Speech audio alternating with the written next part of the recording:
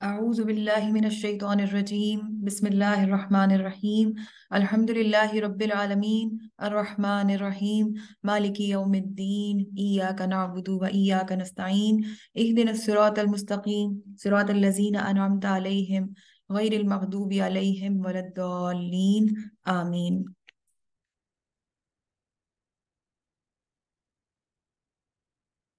अल्लाहुम्मा इन्नी अस्अलुका इल्मन नाफ़िअन व अऊज़ु बिका मिन इल्मिन ला यनफ़उ रब्बी यस्सिर वला तुअस्सिर व तम्मिम बिल खैर रब्बि इश्रह ली सदरी व यस्सिर ली अमरी वहलुल उक़दतम मिन लिसानी यफ़क़हू क़ौली। अस्सलामु अलैकुम व रहमतुल्लाहि व बरकातुहू। अरबी ग्रामर के कोर्स का आज लेक्चर 5 है और इसके अंदर हम इंशाल्लाह ताला इस्म का अदद पढ़ेंगे यानी नंबर ऑफ नाउन। इस्म को जुमले में इस्तेमाल करने से पहले उसके बारे में कौन सी बातें जानना जरूरी है, इसके हवाले से हम पहले ये स्लाइड डिस्कस कर चुके हैं। ये 4 चीजें हैं जो बहुत इंपॉर्टेंट हैं। जेंडर यानी जिन्स, नंबर यानी अदद, कैपेसिटी यानी वुसअत और स्टेटस यानी एराब। इसके अंदर से जो जिन्स है उसे हम कवर कर चुके हैं और अब आज जो बारी है वो है अदद की यानी सिंगुलर प्लूरल नंबर्स की। नंबर जो है इसके अंदर अगर आप देखें तो यूजुअली 2 तरह की डिस्ट्रीब्यूशंस होती हैं। एक होता है वाहिद सिंगुलर और एक होता है जमा यानी प्लूरल। अमूमन होता क्या है कि हर जबान के अंदर, ज्यादा बल्कि जबानों के अंदर, वाहिद का मतलब होता है कि एक चीज और प्लूरल का मतलब, जमा का मतलब होता है एक से ज्यादा कोई भी चीज। यानी अगर 2 भी चीज होगी तो उसे हम जमा कहेंगे, हम उसे प्लूरल की कैटेगरी में लाएंगे। लेकिन अरबी के अंदर यहाँ पर थोड़ा सा मुख्तलिफ होता है। अरबी के अंदर अरबी के अंदर डबल की भी कैटेगरी होती है यानी 2। ठीक है, अरबी के अंदर सिंगुलर का मीनिंग एक, 2 के लिए प्लूरल यूज नहीं होता बल्कि डबल, जिसे अरबी में कहा जाता है मुसन्ना। ठीक है, मुसन्ना, मीम पेश से, नून खड़ी जबर और छोटी है। ठीक है, मुसन्ना। तो वाहिद, मुसन्ना और फिर जमा। वाहिद यानी सिंगुलर का मतलब 1 है, डबल का मीनिंग होता है कि 2 चीजें, और फिर 2 से जो बड़ी होती हैं, 3 या 3 से ज्यादा, उसको जमा कहा जाता है। तो आज के दिन हम जो सबक पढ़ने जा रहे हैं उसके अंदर हम वाहिद से जमा नहीं पढ़ेंगे बल्कि वाहिद से मुसन्ना बनाना सीखेंगे और फिर अगले लेक्चर में इंशाल्लाह ताला हम जमा पे जाएंगे। यानी जब 3 चीजें अरबी के अंदर 3 या उससे ज्यादा हो जाएं तो फिर उसे किस तरह रिप्रेजेंट करते हैं वो हम अगले लेक्चर में कवर करेंगे। आज के लेक्चर में हमारा मेन टॉपिक होगा वाहिद से मुसन्ना बनाना यानी 1 से 2 बनाना। तो बहुत सिंपल फॉर्मूला है, बहुत ही आसान आज का लेक्चर है। वाहिद, जो भी इसम वाहिद है यानी सिंगल इसम है, उसके आखिरी हर्फ पर जबर लगाकर आनी का इजाफा कर दें। आनी क्या है? ये अलिफ नून जेर नी। ठीक है, अलिफ नून और नीचे जेर लगा देनी है तो आवाज क्या आती है? आनी। ठीक है, तो वाहिद के आखिरी हर्फ पर जबर लगाकर आनी का इजाफा कर दें, इससे मुसन्ना बन जाता है। अब जैसे कि एग्जाम्पल्स आप देखें, वाहिद है एक आदमी जिसे कहते हैं रजुल। ठीक है, तो अगर हम इसके ऊपर ये मुसन्ना बनाने का इम्प्लीमेंट करें रूल, तो क्या कहता है रूल? ये कहता है कि लाम के ऊपर यानी आखिरी हर्फ पर जबर लगाएं। ठीक है, लाम पर जबर लगा दिया और उसके आगे क्या इजाफा कर दिया? अलिफ और नून जेर नी। तो रजुल से क्या बन गया? रजुलानी। इसका मतलब है 2 आदमी। रजुल का मतलब था एक आदमी, तो रजुलानी का मतलब है 2 आदमी। फिर एक लड़का, उसको कहते हैं वलद, तो वलदानी का मतलब होगा 2 लड़के। मुस्लिम एक मुसलमान, मुस्लिमानी 2 मुसलमान। काफिर एक काफिर, काफिरानी 2 काफिर। बहुत आसान रूल है। अब आपके जहन में अगर आए कि अच्छा फिर ये तो हमने सारे मुजक्कर पढ़े हैं, तो मुन्नस के साथ क्या होगा, यानी जो फीमेल कैटेगरी है उसके साथ क्या होगा? तो उसके लिए भी सेम रूल है, कोई डिफरेंट रूल नहीं है। अब आप ये देखें कि अगर मैंने यहाँ पे आमने सामने एक दूसरे के ऑपोजिट जेंडर लिखे हैं, ये सारे मुजक्कर हैं और ये सारे मुन्नस हैं। मुन्नस के अंदर एक आदमी का मुन्नस क्या है? एक औरत, यानी रजुल का मुन्नस था इमराआ। ठीक है, इमराआ। तो इमराआ के ऊपर भी वही रूल लगेगा, ता के ऊपर जबर, फिर आगे अलिफ और नून जेर नी, तो क्या बन जाएगा? इम्रातानी, 2 औरतें। लड़का वलद था तो लड़की क्या होती है? बिंत। ठीक है, तो बिंत के 2 लड़कियां क्या होंगी? बिनतानी। मुस्लिमा एक मुसलमान, एक मुसलमान औरत, तो मुस्लिमा तानी, दो मुस्लिमात। जन्ना यानी एक जन्नत, तो जन्नतानी, दो जन्नतें। बहुत आसान आज का सबक है। सबसे ज्यादा आई थिंक अरबी के अंदर जो आसान चीज है वो है वाहिद से मुसन्ना बनाना। इसमें कोई कैटेगरीज नहीं है, कोई रूल्स फर्क नहीं है, सब रूल्स सारी चीजों पर सेम लगते हैं। ठीक है, तो चलें फिर।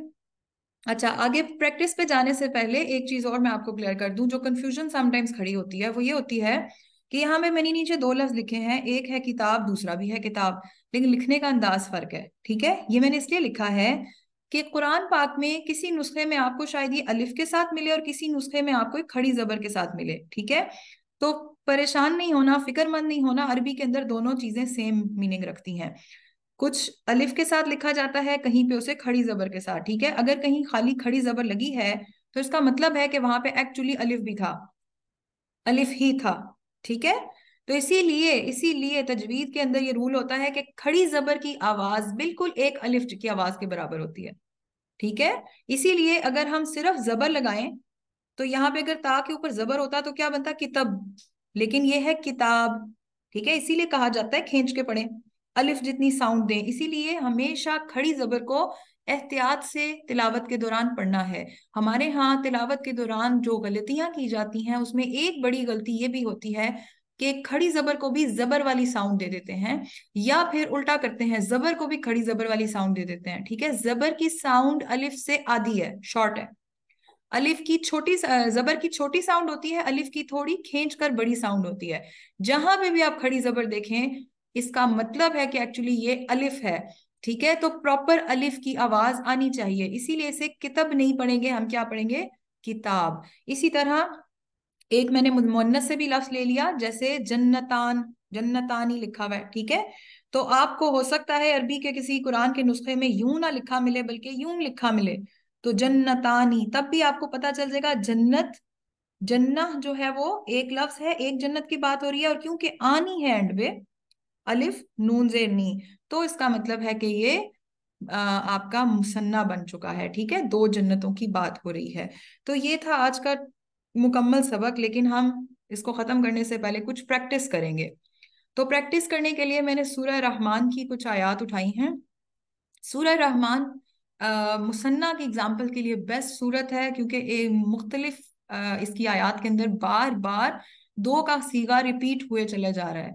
ठीक है, तो सूरह रहमान की कुछ आयत, जिस तरह पहली आयत मैंने उठाई है, आयत नंबर 31, सनफ्रुहु लकुम अय्युहस्सक़लान, हम जल्द फारिग होने वाले हैं तुम्हारी तरफ ए दो भारी काफिलो।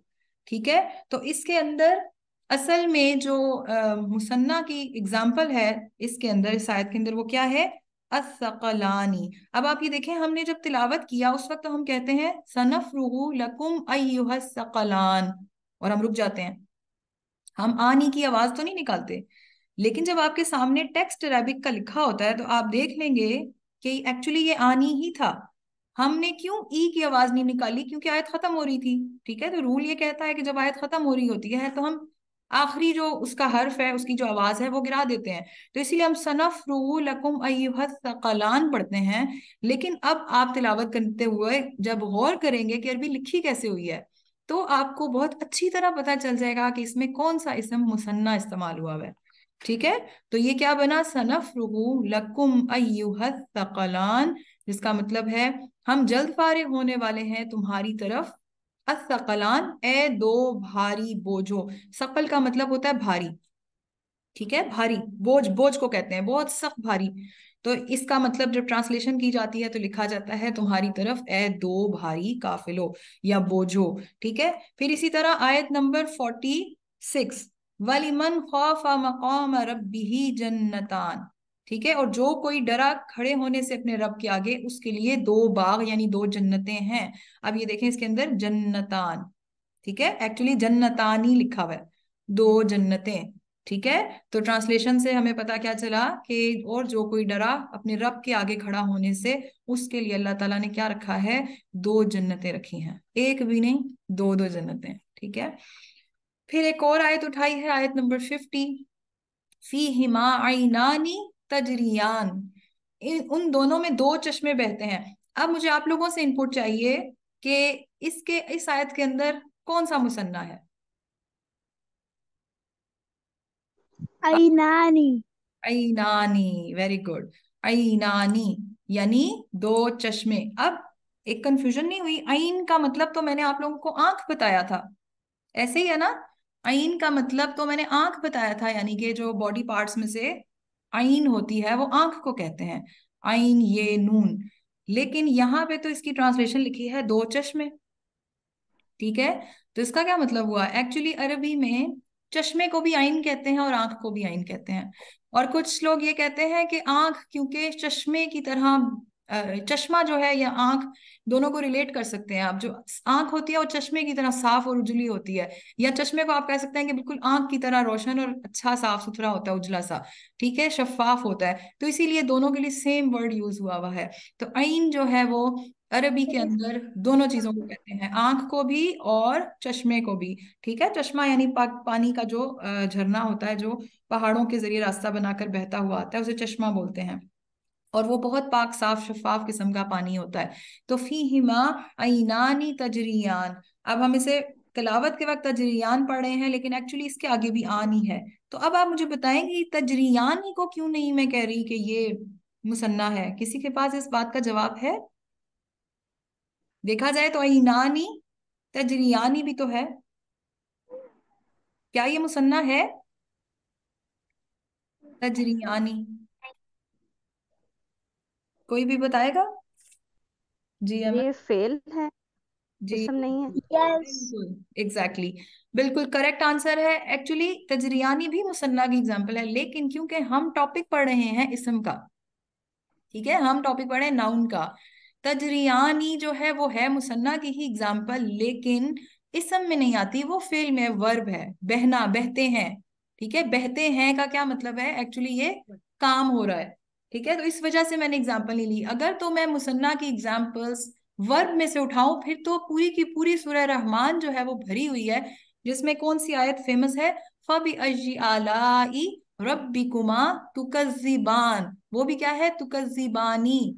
तुम दोनों झुटलाते हो, तुम दोनों किस करते हो, दोनों झुटलाते हो। ठीक है, तुकज्जिबानी। और ये दो कौन है वहां पे जिनको झुटलाने की बात हो रही है? कौन दो झुटलाते हैं? जी अहमद आप बताएं। जिन और इंसान। इंसान और जिन, तो ये सूरत जो है वो इंसान और जिनों दोनों के लिए है। ठीक है, तो तुकज्जिबानी, इसीलिए तर्जुमा जब किया जाता, तर्जुमे में जब लिखा जाता है तो वो इस दो के सीगे को बीच में अक्सर गुम ही कर देते हैं। लेकिन अगर आप तफसीर पढ़ें सूरह रहमान की, तो वहां से आपको पता चलता है कि एक्चुअली कंटिन्यूअसली दो की तकरार हो रही है। तुकज्जिबान, तो अब ये जो सूरह रहमान के अंदर जो आयत है फबीअज़्ज़ी आलाई रब्बिकुमा तुकज्जिबान, ये आयत इसके अंदर 31 टाइम्स आई है, 31 टाइम्स। ठीक है, 31 टाइम्स इस फेल की मुसन्ना में तकरार है, बार बार बार बार बार बार। और इसी तरह और भी आपको आयत मिलेंगी जिसके अंदर एज अ वर्ब मुसन्ना इस्तेमाल हुआ है। ठीक है, लेकिन क्योंकि हमने टॉपिक इस वक्त नाउन का खोला हुआ है, तो आप देखें कि मुसन्ना एक ऐसा टॉपिक है जो वर्ब में भी बिल्कुल सेम अप्लाई होता है, उसी तरह आने की आवाज आती है, इसमें कोई चेंज नहीं होती। ठीक है, लेकिन हम वर्ब पढ़ रहे हैं तो हमने इन आयत के अंदर से सिर्फ वर्ब को सिलेक्ट किया। फिर आ जाए, एक और आयत उठाई मैंने सूरह रहमान से, आयत नंबर 52, फीहिमा मिन कुल्ली फाकिहतिन जौजान। ठीक है, तो इसके अंदर क्या होगा? जी, जौजान, जौजान, जौजान। बिल्कुल, जौजान। जौजान, जौजान। ठीक है, जौजान का मतलब होता है जौज से निकला है, टू पेयर्स, यानी कि दो। जौज का मतलब होता है एक, एक जो है कॉम्प्लीमेंट्री पेयर, यानी कि दो में से, जोड़ी में से एक चीज। तो जौजान का मतलब है दो, दो जोड़ीदार। ठीक है, तो जन्नतों की बात हो रही है। इन जन्नतों के अंदर क्या है? वहां से बात हुई थी, वलिमन खौफ मकाम रब्बिही जन्नतान, जो कोई अपने रब के आगे खड़ा होने से डर गया उसके लिए दो जन्नतें हैं। और फिर उन जन्नतों की एक्सप्लेनेशन बड़ी ही खूबसूरत है, और उस खूबसूरत तरीन एक्सप्लेनेशन में ये बात आ रही थी कि उन दोनों में दो चश्मे भी बहते हैं। और फिर इसके अलावा क्या होता है, उन दोनों में हर फल जो है वो दो दो किस्म के हैं, यानी एक ही फल की दो दो किस्में होंगी और बड़ी जबरदस्त किस्म की किस्में होंगी। तो एक खूबसूरत तरीन सूरत रहमान है। आप लोगों का एक टास्क एक्सरसाइज के लिए मैं ये दे रही हूँ कि सूरत रहमान का जो आखिरी रुकू है, आखिरी रुकू, ठीक है, वहां से ऑनवर्ड्स आपने इसम की मुसन्ना निकालने हैं, वर्ब्स नहीं मैं बात करी, इसम के मुसन्ना निकालने हैं। ठीक है, आपको जो लगता है मुसन्ना, चले आप वर्ब को भी बेशक कर दें साथ ही, बेशक अगर आपको नहीं क्लियर हो रहा, क्योंकि अभी तक आपको शायद इतना डिफरेंस नहीं पता चला होगा कि कैसे पता चले कि वर्ब क्या है और नाउन क्या है। कुछ चीजों में तो क्लियर कट पता चल जाता है, जैसे ये अलिफ लाम से शुरू हो रहा था, अल सकलान, तो हमें पता चल गया ये वर्ब है। लेकिन ये तजरियान कैसे पता चला, ये आहिस्ता आहिस्ता पढ़ने से आएगा आपको। तो फिलहाल आपने करना क्या है, सूरह रहमान का आखिरी रुकू उठाएं, उसकी जो चंद आयात हैं उनके अंदर से आपने सर्कल करना है सारे के सारे मुसन्ना को। ठीक है, ये आप लोगों का टास्क होगा प्रैक्टिस के लिए। फिर एक और प्रैक्टिस करते हैं। ये है जी आपके सामने एक हदीस रखी है, नबी पाक सल्लल्लाहु अलैहि वसल्लम की हदीस है। कौला, मैं यहाँ से पढ़ रही हूँ, ये जो पीछे लंबा सा लिखा होता है ना, ये रेफरेंसेस होते हैं कि कहाँ से हदीस पहुंची, किसने किसको बयान की। ठीक है, असल हदीस के अल्फाज यहाँ से शुरू होते हैं, यानी नबी जी सल्लल्लाहु अलैहि वसल्लम कौला, यानी नबी सल्लल्लाहु अलैहि वसल्लम ने क्या कहा, कलिमतानी खफीफतानी अलल लिसानी सकीलतानी फिल मीजान हबीबतानी इलर रहमान सुबहान अल्लाहिल अज़ीमी सुबहान अल्लाहि व बिहम्दिही। ये बुखारी में भी हदीस आपको मिल जाएगी, और ये मुस्लिम शरीफ में भी आपको ये हदीस मिल जाएगी। बड़ी ही जबरदस्त हदीस है। और अभी जो आप सिर्फ अगर आप इस हदीस के अल्फाज देखें तो आपको एक बात तो फौरन क्लियर हो जाएगी, चाहे मतलब पता है या नहीं। इंशाल्लाह क्लास खत्म होने से पहले मतलब भी पता चल जाएगा और आप खुद ट्रांसलेट कर रहे होंगे। लेकिन फिलहाल आपको एक नजर देखते ही फौरन से पता चल जाना चाहिए कि इसमें कौन कौन से मुसन्ना है। कलिमतानी खफीफतानी दोनों है, ठीक है। अल लिसानी है मुसन्ना? नहीं, क्यों, रीजन भी बताओ ना। इसलिए है। नहीं है, नहीं है, ये मुसन्ना नहीं है, वाहिद है। लिसान जुबान को कहते हैं, ठीक है। अब क्योंकि आपके पास मैंने बॉडी पार्ट्स भेजे थे एक्सरसाइज में, आप लोगों को वो अब याद होने चाहिए। लिसान जुबान को कहते हैं, तो जुबान तो वाहिद खुद एक चीज है, ठीक है। तो लिसान मुजक्कर है। फिर सिंपल सकीलतानी, ये है मुसन्ना। फिल मीजान, अल मीजान, अल मीजान नहीं, नहीं है, नहीं है, नहीं नहीं है। है, नहीं, वाहिद है, ये वाहिद है। नहीं है। ठीक है, शाबाश। हबीबतानी, ये मुसन्ना है। इलर रहमान, ये भी मुसलमान। अर रहमान मुसन्ना है? नहीं, नहीं, क्योंकि ये नहीं, नाम है, ये भी नाम है, वाहिद नाम है। नहीं। ठीक है, तो अब आते हैं इस हदीस को ट्रांसलेट करने के लिए। ठीक है, तो आप सब जो है वो देखेंगे कि अभी आपको थोड़ी देर में बिल्कुल क्लियर कट हो जाएगी कि इस हदीस के अल्फाज क्या कह रहे हैं। तो इसमें मैंने जो इसके अंदर अल्फाज हैं उनका तर्जुमा लिखा है। सबसे पहले आप ये देखें कि एक कलिमा को क्या कहते हैं, मुअन्नस होता है कलिमा, ठीक है। कलीमा पढ़ते हैं इसको, और ये होता क्या है, वाहिद मुअन्नस, सिंगुलर है और मुअन्नस है। कलिमा किसे कहते हैं, बात को, ठीक है, किसी बात को। तो एक कलिमा का जो अरबी होती है वो होती है कलीमा, ठीक। दो कलिमे क्या होंगे, कलीमा तानी, ठीक है। तो अब आपने देखना ये था कि क्योंकि इस हदीस के अल्फाज शुरू कहाँ से हो रहे हैं, कलीमा तानी से, दो कलमों से। तो और फिर आगे उन दो कलमों की खुसूसियात बताई गई हैं, ठीक है। तो जो खसूसियात हैं वो क्या हैं, उसमें से मैंने आपके सामने यहाँ लिख दी हैं। एक खसूसियत यूज हो रही है हल्का, एक हो रही है भारी, एक हो रही है पसंदीदा, ठीक है। तीन सिफात इस्तेमाल हो रही हैं, हल्का, भारी और पसंदीदा, और तीनों की तीनों इस कलमे के रेफरेंस से आ रही हैं। यानी एक कलमे के रेफरेंस से नहीं, कलिमातानी से, दो कलमे, यानी दो कलमों की बात हो रही है जो हल्के हैं, दो कलमों की बात हो रही है जो भारी हैं, दो कलमों की बात हो रही है जो पसंदीदा हैं, ठीक है। तो अब जिस तरह हमने पिछली दफा भी पढ़ा था कि मुरक्कब तौसीफी बनाना, यानी किसी इस्म के साथ जब आप उसकी सिफत यानी क्वालिटी को ऐड करते हैं, तो हमेशा क्वालिटी एग्जैक्टली उस इस्म की हर खसूसियत को फॉलो करती है। मतलब अगर इस्म वाहिद है तो क्वालिटी भी वाहिद इस्तेमाल होगी, अगर इस्म मुजक्कर है तो क्वालिटी भी मुजक्कर इस्तेमाल होगी, अगर इस्म मुअन्नस है तो क्वालिटी भी मुअन्नस इस्तेमाल होगी। अब क्योंकि यहाँ इस्म क्या आ रहा है इस हदीस के अंदर, मुसन्ना, ठीक है, टू में आ रहा है, तो इस वजह से क्वालिटी भी टू में चली जाएगी। तो हल्का को कहते हैं खफीफ, ठीक है। खफीफा। लेकिन हमने इसे खफीफानी नहीं पढ़ना, क्यों, क्योंकि कलिमा क्या है, मुअन्नस, तो हमने मुअन्नस क्वालिटी उठानी है, ठीक है। खफीफा, खफीफ से बना दिया खफीफा, और उसका फिर मुसन्ना बना दिया खफीफा तानी। तो इसका मतलब होगा कलिमतानी खफीफा तानी, दो कलमे जो हल्के हैं, ठीक है।